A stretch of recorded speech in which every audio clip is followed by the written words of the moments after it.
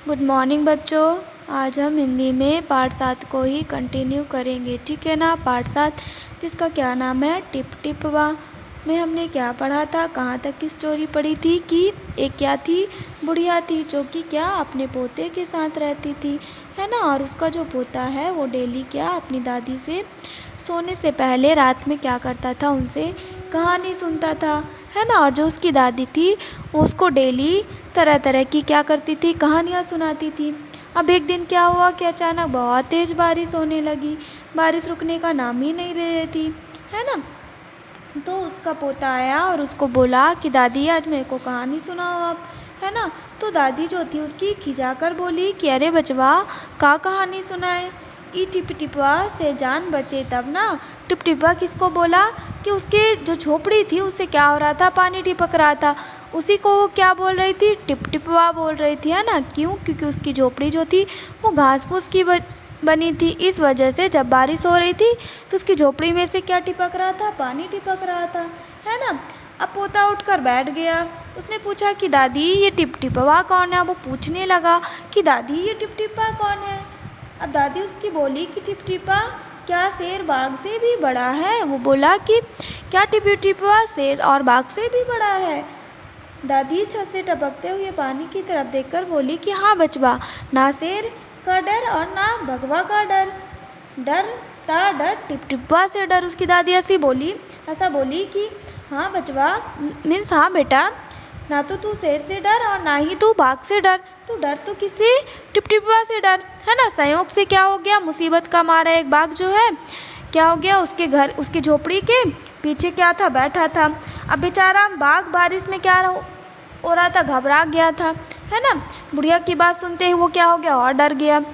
अब यह टिप टिपा कौन सी बला, वो सोचने लगा, जरूर है कोई बड़ा जानवर है, तभी तो बुढ़िया शेर बाघ से ज़्यादा टिप टिपा से डरती है ना।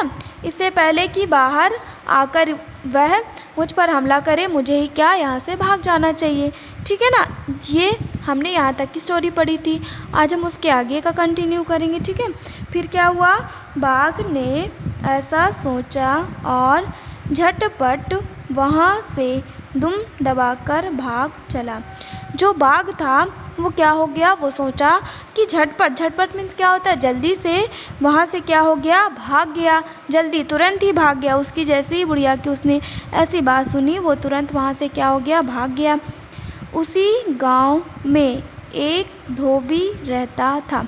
उसी गांव में कौन रहता था, एक धोबी। धोबी हम किसे कहते हैं, जो क्या करता है, कपड़े धोता है, उसे हम क्या कहते हैं, धोबी कहते हैं, ठीक है ना। कपड़े धोने वाले को क्या कहा जाता है, धोबी कहा जाता है, ठीक है। वह भी बारिश से परेशान था, वह भी क्या, बारिश से बहुत ज़्यादा परेशान था। आज सुबह से उसका गधा गायब था। आज सुबह से ही क्या, उसका गधा जो था वो क्या था, गायब था, नहीं मिल रहा था, है ना।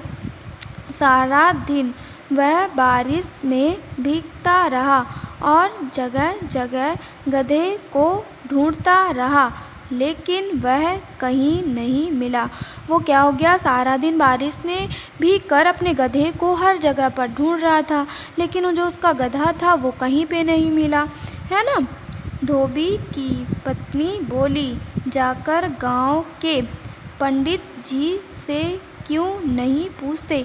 जो धोबी था उसकी जो वाइफ थी, उसने क्या कहा कि जाकर गांव के पंडित जी से क्यों नहीं पूछते हो आप, वे बड़े ज्ञानी हैं, आगे पीछे सबके हाल की उन्हें खबर रहती है। वो बोली कि जो पंडित जी हैं वो बहुत ज़्यादा ज्ञानी, उनको सारी चीज़ें पता होती हैं ना, आगे क्या होने वाला है, पीछे क्या हुआ है, सबके बारे में उन्हें खबर रहती है, ठीक है ना। अब इसके आगे की स्टोरी जो है वो हम नेक्स्ट क्लास में पढ़ेंगे, ठीक है ना। Thank you.